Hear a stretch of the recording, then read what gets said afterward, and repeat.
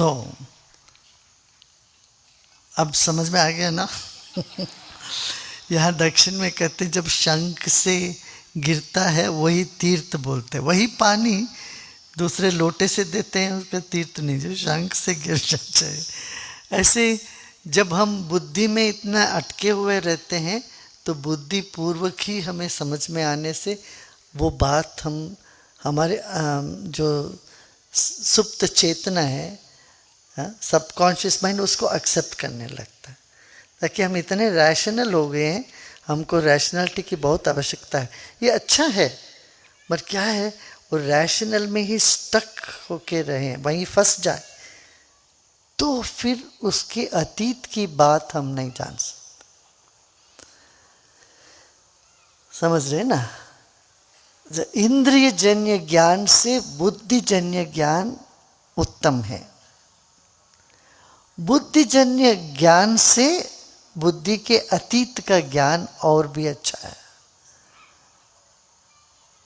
तो इसलिए गीता में कृष्ण ने एक जगह कहा ना, यो बुद्धि परतत्व सा, बुद्धि से परे जाने से वो मिलता है, वो पराचेतना है, शुद्ध चेतना है। बुद्धि के परे जाना चाहिए, मगर कैसे करना? बुद्धि योग से फिर बुद्धि के परे जाना चाहिए। इसका माने बुद्धिहीन नहीं, बुद्धिहीन नहीं रहना है, बुद्धि की पराकाष्ठा जाके उधर से छलांग लगाना है। समझ में आ रही है बात? तर्क आवश्यक है, मगर तर्क के अतीत भी कुछ है। जैसे तर्क से सब कुछ समझ है, तर्क अपने को कुतर्क में भी बदल सकता है। जैसे कोई कहे दरवाजा आधा खुला है तो क्या है? तर्क क्या है? आधा बंद है। तो पूरा खुला है तो पूरा बंद होना चाहिए। होता है क्या ऐसे? नहीं, तर्क इसीलिए अंधी है, तर्क अंधी है। तो तर्क से परे जाएंगे, उसी को कहते हैं वितर्क।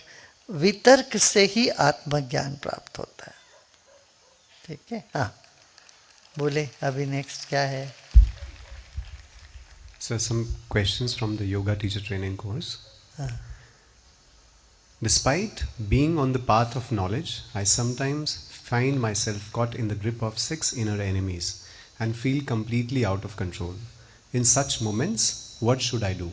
So when you are completely completely out of control, what can you do? Nothing. Why do you think about it now? Just relax. Got it? From now you cannot think. वो कहते हैं एक युद्ध काले शस्त्राभ्यास, से you can't learn archery in the battlefield. So whatever is at that time, that is what it is. But be ready before that. Gurudev, I find it easy to forgive someone who has acknowledged mistake and said sorry. And feel very difficult to forgive oneself. Yes? You heard that, no, Amygdala should sing, practice more. Okay? Okay. Gurudev, running after the Guru everywhere, can such outward pursuit becomes obstacle on the spiritual path? Could this reflect a lack of vairagya? Well, you don't have to look at others. You don't have to run. You be where you are, be stable. No. जहाँ ठहर जाते हो वहीं सब मिलता है, इनको देना है। और क्या लोगों में इतना वो रहता है कि आशीर्वाद, हमको ही बोलते हैं गुरुजी अच्छे से आशीर्वाद दीजिए, अच्छे से आशीर्वाद हमको सिखाते हैं आशीर्वाद कैसे देना। एक बार बोलते, मैं मेरे मेमोरी में रहते हैं, मुझे याद रहता है वो बात, पर तृप्ति नहीं होती। 3 बार बोला, 4, मैंने बोला देखो तुमने वहाँ बोला यही बात, फिर इस कोने में बोला, फिर वहाँ मैं गाड़ी में चढ़ रहा था उस वक्त भी बोला, हाँ। तब भरोसा आता क्या मन मानता नहीं कभी कभी। जब इतने मन परेशान है तब भी मन चाहता है उससे बाहर आने के लिए, या इतना प्रेम में मन पड़ जाता है तब भी सुध बुध कुछ नहीं जचता, उस वक्त सब कुछ खो जाता है। एक बार ऐसा हुआ, लखनऊ एयरपोर्ट में हम उतरने से पहले वहाँ के पुलिस अधिकारी, वो भी डेवोटी थे, उन्होंने कहा जब हम उतरे तो आए बाहर तो खेओस हो गया था, जबकि किसी को बोला नहीं था कि हम आ रहे हैं, फिर भी वो विस्पर होता है ना, वो ज़्यादा, अरे किसी को नहीं बताना मेरे गुरुदेव आ रहे हैं। तो वो पूरा वहाँ हो गए, 1000 लोग इकट्ठे हो गए थे बाहर। तो पुलिस अधिकारी ने बोला इन सबको लाइन पे बिठा दे। हमको अंदर आके जब रिसीव किए थे बोले गुरुदेव सबको बोला गया सब डिसिप्लिन आप देखेंगे, इतने सब डिसिप्लिन से सब रहेंगे। अब हम बाहर आते, सबसे पहले तोड़ने वाले वही थे पुलिस अधिकारी। वो झुक के पांव छू रहे हैं, उनका कैप एक जगह चला गया, उनका डंडा दूसरी जगह चले गए, लोग सब टूट पड़े। तो वो बोले गुरुदेव पता नहीं क्या होता, अभी तक सब ठीक था, आपके आते देखिए मैंने खुद तोड़ दिया, मैंने खुद ही सबको बोला ये ना करो, पाँव ना छू, ये ना छू, मैंने खुद कर लिया गुरुदेव। मैंने कहा आपका गलती नहीं है, हमारी गलती। मैंने कुछ ऐसा, हम जहाँ जाते हैं पहले खेओस होता फिर ब्लिस, या जहाँ ब्लिसफुल एटमॉस्फेयर होता वहाँ खेओस होता ही है। मगर ये कोई लाइसेंस नहीं दे रहा हूँ आपको। गुरुदेव क्या किसी से उपहार लेने पर उनके बुरे कर्म हमारे पास ट्रांसफर हो जाते हैं? कहते हैं यदि आप समर्थ हैं तो आपको किसी और से दान या उपहार नहीं स्वीकार करना चाहिए।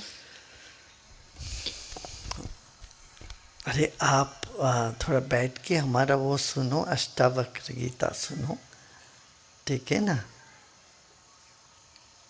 लेने का चाह और नहीं लेने का आग्रह दोनों बराबर है।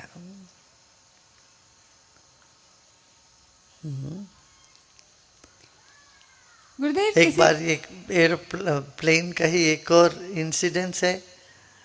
हम प्लेन से दिल्ली से कहीं जा रहे थे और प्लेन बीच में एक जगह हॉल्ट किया उसने। अब वो उन दिनों में ऐसा नहीं था, एरो ब्रिज वगैरह नहीं था, तो प्लेन हॉल्ट हुआ तो प्लेन से एक सज्जन उतरे, राजनेता। जब वो उतरे तो सारे लोग आके उनको माला पहनाने आए, और इधर से लोग हैं वो उधर भागे, उधर गए तो इधर गए, लोग पीछे पीछे पड़ते रहे माला उनको पहनाना। तो बोले नहीं नहीं मैं माला नहीं पहनूंगा।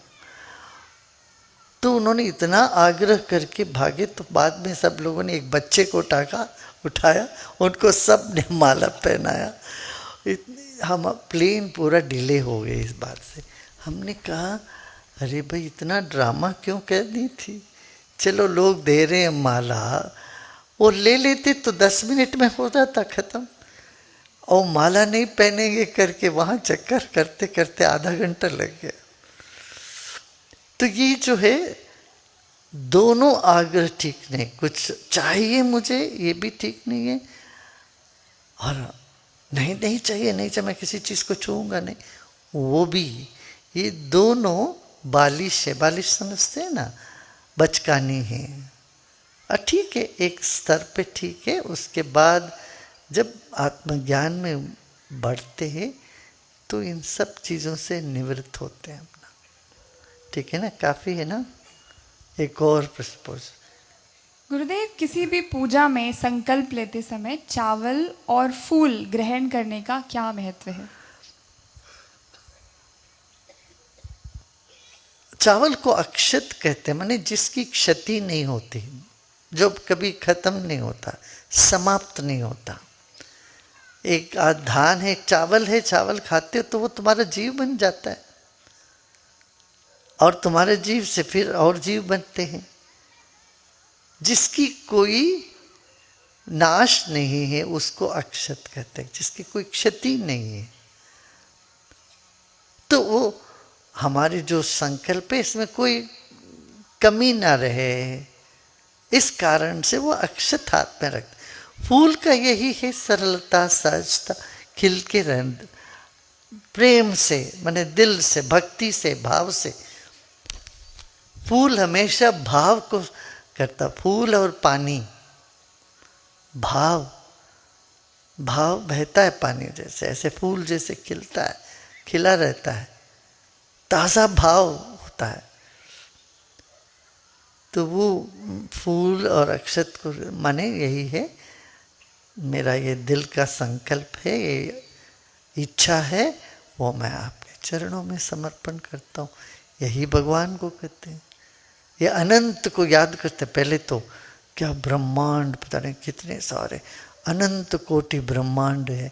इस ब्रह्मांड में इतने साल हुआ, इतने संवत्सर हुआ, इतने युग हुए, और उनमें से फिर चलते चलते चलते जैसे कौन होता ना, ऐसे अनंत से और शांत तक।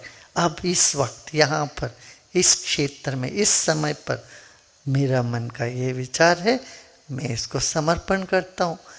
ये हो या इससे और बेहतर कुछ हो तो ईश्वर हमको वो दे दे, ये भाव रखते।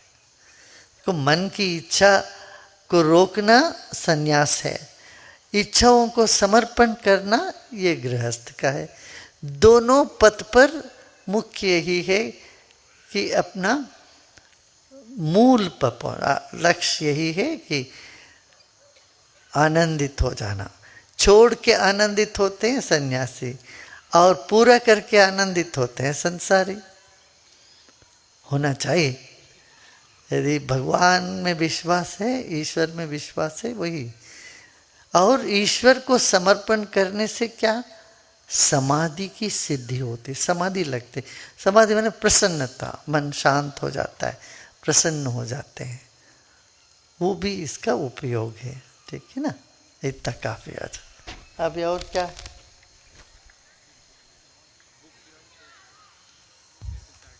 हाँ आ जाओ एक एक।